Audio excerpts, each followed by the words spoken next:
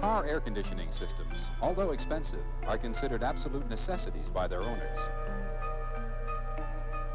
So on hot days, a system that doesn't work is disappointing, to say the least.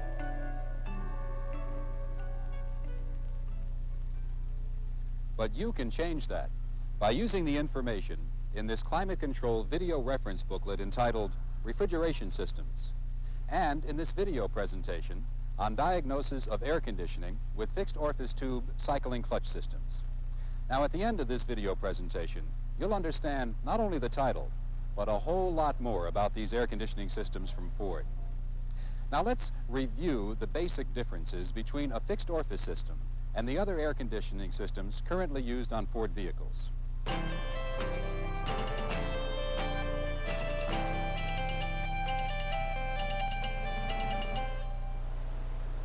The orifice tube takes the place of an expansion valve. As you recall, the expansion valve opens and closes on demand and is regulated by the evaporator temperature. The orifice tube has a fixed opening. It receives high-pressure liquid on the input side and, through screens and a calibrated tube, admits a spray of low-pressure liquid into the evaporator. A clutch cycling pressure switch is used to shut off the compressor, which stops the flow of refrigerant into the evaporator. This is the way the system works to control the temperature of the evaporator core and prevent icing. In fact, the method of preventing icing is the only significant difference between this and other car refrigeration systems. In normal operation, the moisture in the air flowing through the evaporator condenses on the fins and tubes. This water will freeze up on the core if the core is too cold. Prevention of frost or ice buildup is extremely important to maintain airflow through the evaporator. The pressure cycling switch opens and closes the compressor clutch circuit in response to evaporator pressure. The switch contacts are normally open at approximately 24 psi or below to prevent evaporator icing. They will remain open until the pressure in the evaporator rises to approximately 45 psi or above. Then they will close to turn on the compressor. This pressure range keeps the evaporator temperature slightly above the freezing point of water. This system does not need an ambient temperature switch, since during cold weather we have low evaporator pressure and the pressure cycling switch will be open. Also, if the system is low on charge, the pressure cycling switch will prevent the compressor clutch from engaging. The suction accumulator dryer is used to let any liquid refrigerant leaving the evaporator vaporize before it goes to the compressor. It also contains a desiccant bag to remove moisture from the system. Let's look at the basic system components one more time. Starting at the compressor, high-pressure vapor is pumped to the condenser, where the vapor will cool and condense to high-pressure liquid. From the condenser, the high-pressure liquid is atomized by the fixed orifice tube and reduced in pressure.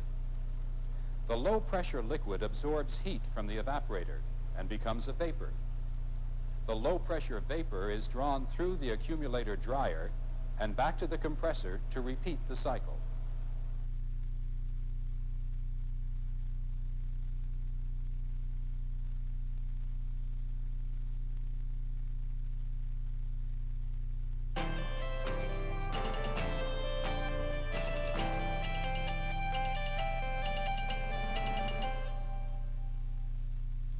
Now let's turn to diagnosis of the fixed orifice tube cycling clutch system. This is the video reference book we'll be using throughout this presentation. The book contains all the graphs, charts, and checklists required to diagnose a fixed orifice tube cycling clutch system. In the back of the book, you'll find a diagnosis checklist to guide you through a complete diagnosis of the fixed orifice tube system. Let's run through the procedures described in the chart. Before starting the engine, place the gear shift lever in park. With manual transmissions, place the gear shift in neutral and set the parking brake. Then, let it warm up to normal operating temperature. And with the engine running at 1500 RPM, move the blower switch through all positions. Listen to verify that the blower speed varies in each position.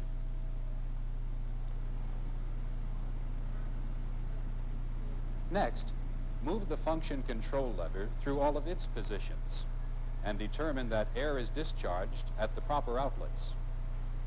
Remember that the throttle kicker will energize and the compressor will run in the defrost setting for dehumidification if the ambient temperature is warm enough. To check the operation of the temperature blend door, move the temperature control lever from cool to warm and verify the change in temperature. Now, with the function control lever at max AC, the temperature selector lever at cool, and the blower switch at its highest speed, place the thermometer into the center register and check the discharge temperature. Compare the reading you get with your air discharge temperature chart. As you can see, except at extremely high ambient temperatures, the readings you obtain should be in the range of 35 to 45 degrees Fahrenheit. So now we've verified the operation of the blower, the function control, the temperature control, and we've checked the discharge air temperature, and everything's okay.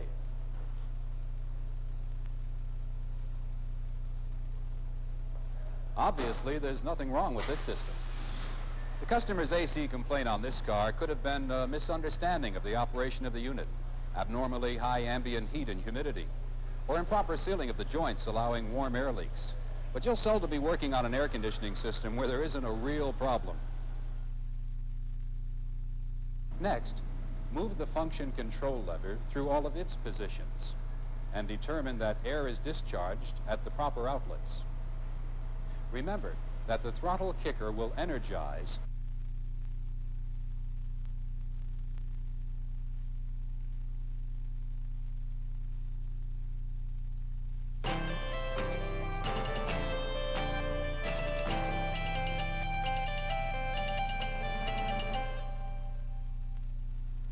Now let's take a look at a typical real-life situation.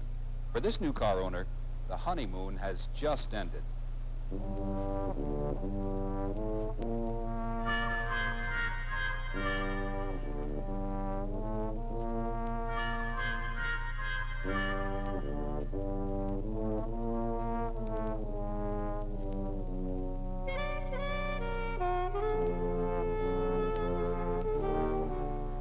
Air conditioner not cooling. Seldom will you get any further details from the customer. This leaves the complete diagnosis and repair up to the trained technician.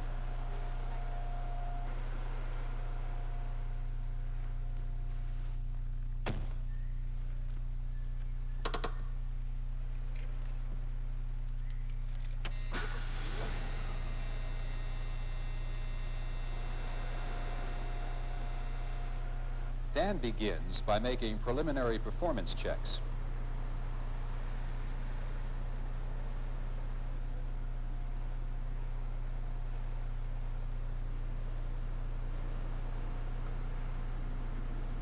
Everything checks out okay until he checks the discharge air temperature at the center register and finds that it is 77 degrees Fahrenheit.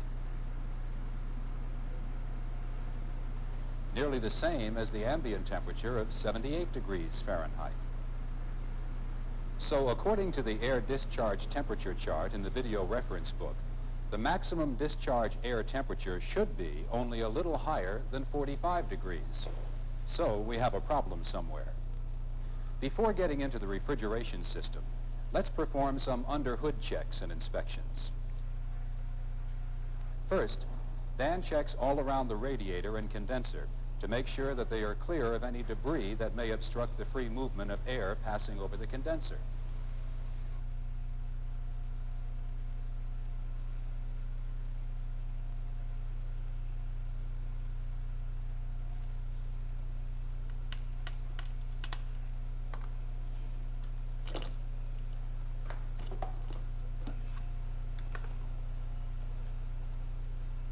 All lines, connections, and components are checked for any indications of leaking refrigerant. There's no evidence of leaks. Also, it is important to check the radiator for the proper level of engine coolant. Low coolant may result in a hot running engine and reduced effectiveness of the condenser.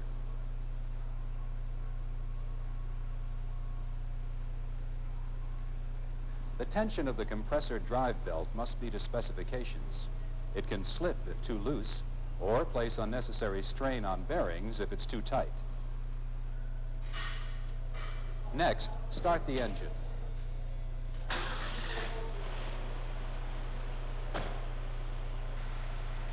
And feel the refrigerant lines. When functioning properly, the suction lines should be cold and the high pressure lines should be warm. They don't seem to be the right temperature. The engine cooling fan must run whenever the engine AC is on to draw air across the condenser. As you can see, the fan is operating.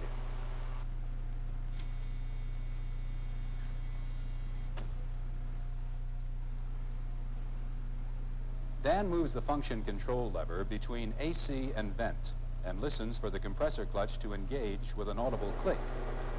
This one is not engaging. So, he goes to the AC clutch diagnostics chart in the reference book.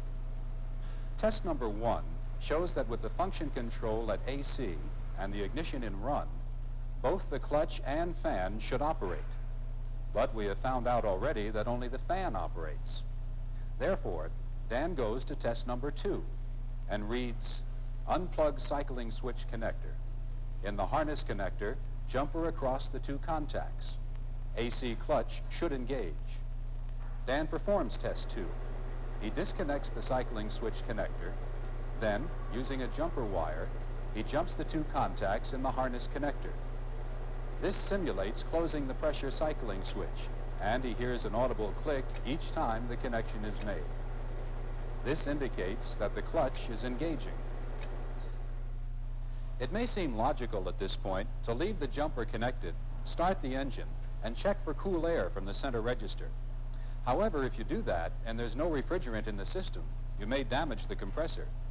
That's why it's important to follow the clutch diagnostics chart, which at this point directs us to test number 3.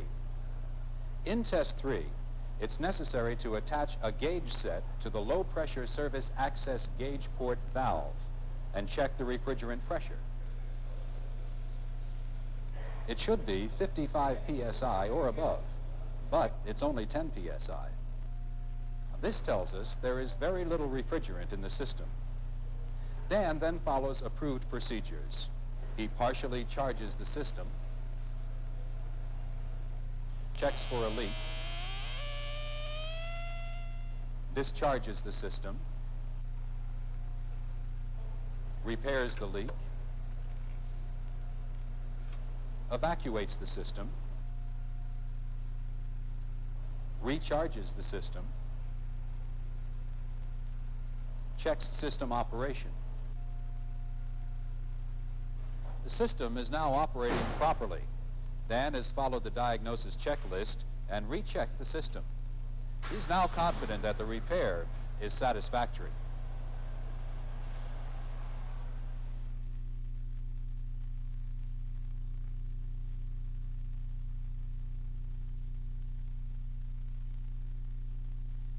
In test 3, it's necessary to attach a gauge set to the low pressure service access gauge port valve and check the refrigerant pressure.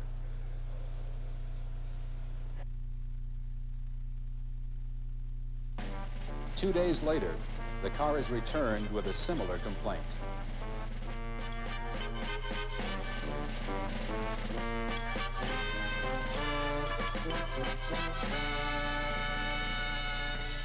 This time, the customer says the car just doesn't get cold enough. Dan verifies the complaint by checking the air temperature being discharged at the center register. It's too high. So, back to the diagnosis checklist. Everything on the checklist has been checked up to the point of determining if the clutch cycling time is correct. To do this, Dan is going to the clutch cycling graphs in his reference book. He also could find these graphs in the shop manual if the reference book wasn't handy. Dan first records the ambient temperature. Here it's 78 degrees. Then, with the engine running, Dan times one of the complete cycles of the clutch. The total clutch cycle time is the length of time it takes the clutch to engage, run, stop, and begin to engage again. In this case, Dan finds the total clutch cycle time is 35 seconds.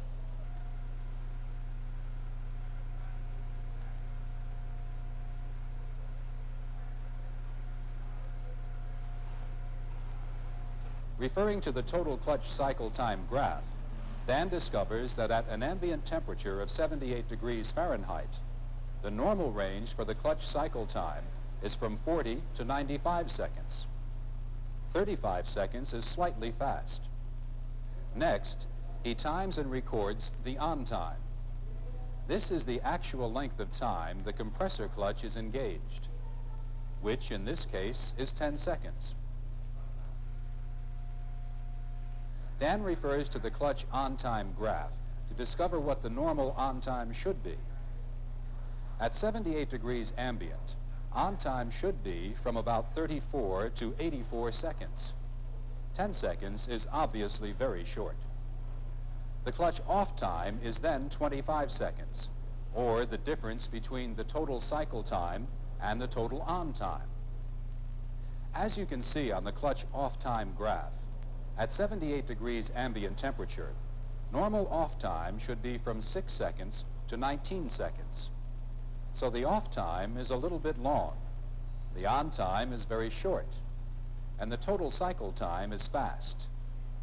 To evaluate these findings, Dan refers to the refrigeration system evaluation chart, which faces the clutch cycle time graphs. This will help him evaluate the data he has compiled and direct him to the probable causes. Here are a couple of causes for a fast cycle rate, very short on time, and normal to long off time. On the basis of cycle times, it looks like a restriction has occurred in the system since the original repair and return to the customer. Pressure readings can help confirm this diagnosis. Dan has checked the manifold hand valves, and they are fully closed. He is now installing the gauge set. He has selected the proper adapter for use on the high-pressure service access gauge port valve of this car.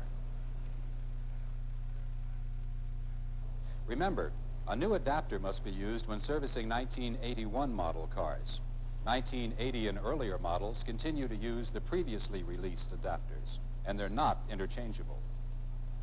With the engine running at 1500 RPM, Dan observes the action of the gauges through one complete cycle. First, let's check the low side. The clutch engages when the pressure reaches about 44 psi, and then drops quickly to below 28 psi, moves slowly to 22 psi just before the clutch disengages. It builds back to about 44 psi while the clutch is disengaged. He records on his checklist the lowest pressure and refers to the refrigerant system pressures graph to see what the correct low pressure should be. Here, it looks like at 78 degrees, 17 to 45 psi is normal. Now, for the high pressure side. When the compressor is engaged, the pressure on the high side is about 110 psi. It builds to about 190 psi just before the clutch disengages. For diagnosis, Dan's main interest is the highest value just before the clutch disengages. He records this pressure. Let's check the pressures graph to see what the pressure should be. At 78 degrees, the highest pressure should be about 225 psi, so our high pressure reading is normal. Now, Dan takes all of the recorded data and refers again to the evaluation chart. A fast cycle rate, a very short on time, normal to long off time, normal high pressure, and normal low pressure. Our probable cause is a restriction or plug in the liquid line, condenser, or orifice tube.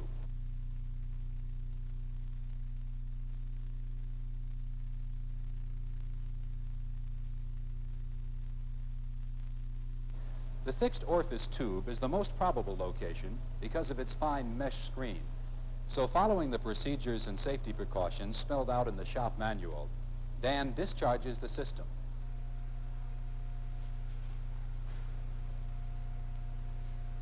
And then disconnects the liquid line jumper tube at the evaporator.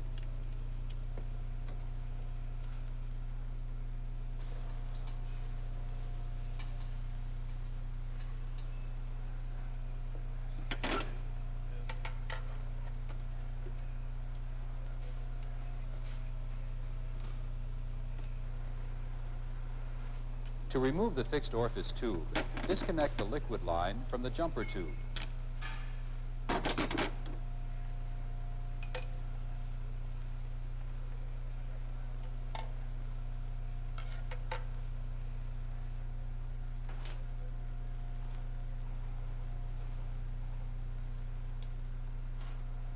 Use a little refrigerant oil to help remove the fixed orifice tube.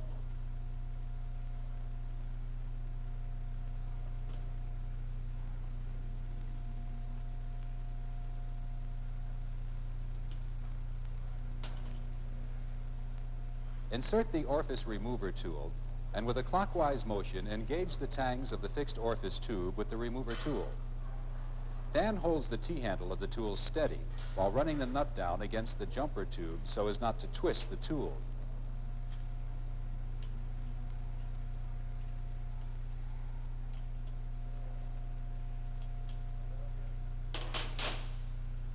The nut is turned until the orifice tube is drawn out.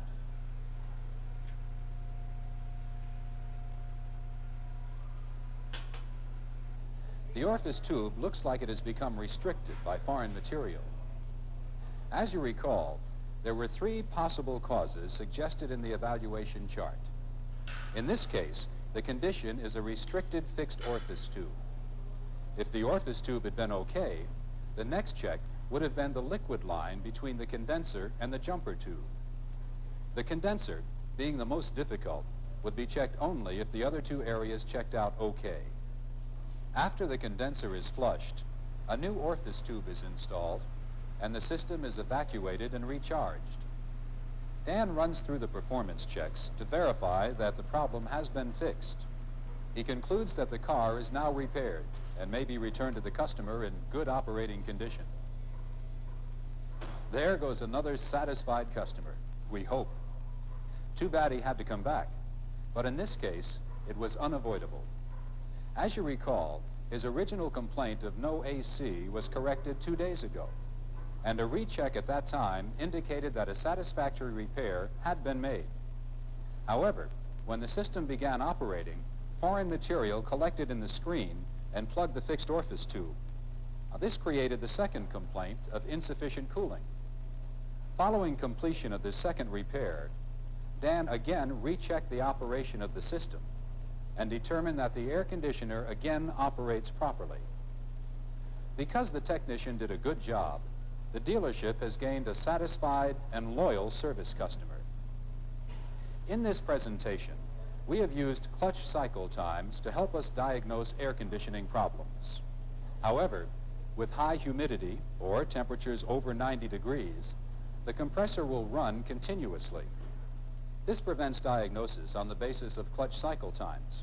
But it is important to remember that pressure readings and the evaluation chart in these publications, the video reference book and the shop manual, can still be used for diagnosis, even though clutch on and off times are not available. A constantly running compressor will develop steady high and low pressures, which can be compared to the normal ranges in the refrigerant system pressures graph. Then, variations from the normal pressure ranges can be evaluated by using the refrigeration system evaluation chart.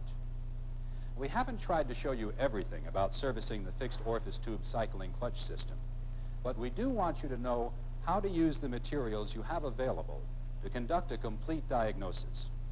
These materials include the diagnosis checklist, the air discharge temperature graph, the clutch cycle time graphs, pressure gauges, normal refrigerant system pressures graph, and evaluation chart. All of the instructions you need are included in the video reference book. Finally, Remember that your district service engineer is available should you need any further assistance. Thanks for watching.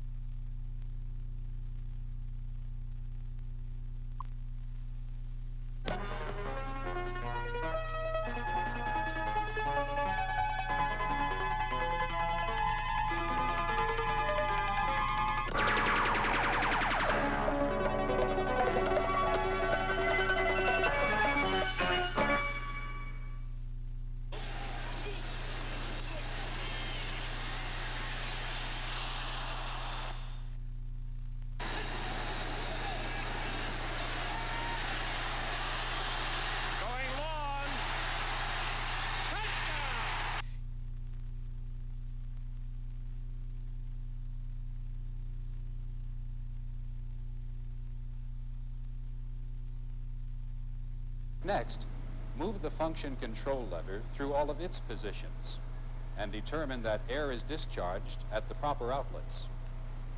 Remember that the throttle kicker will energize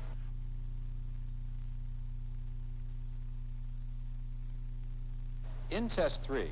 It's necessary to attach a gauge set to the low pressure service access gauge port valve and check the refrigerant pressure.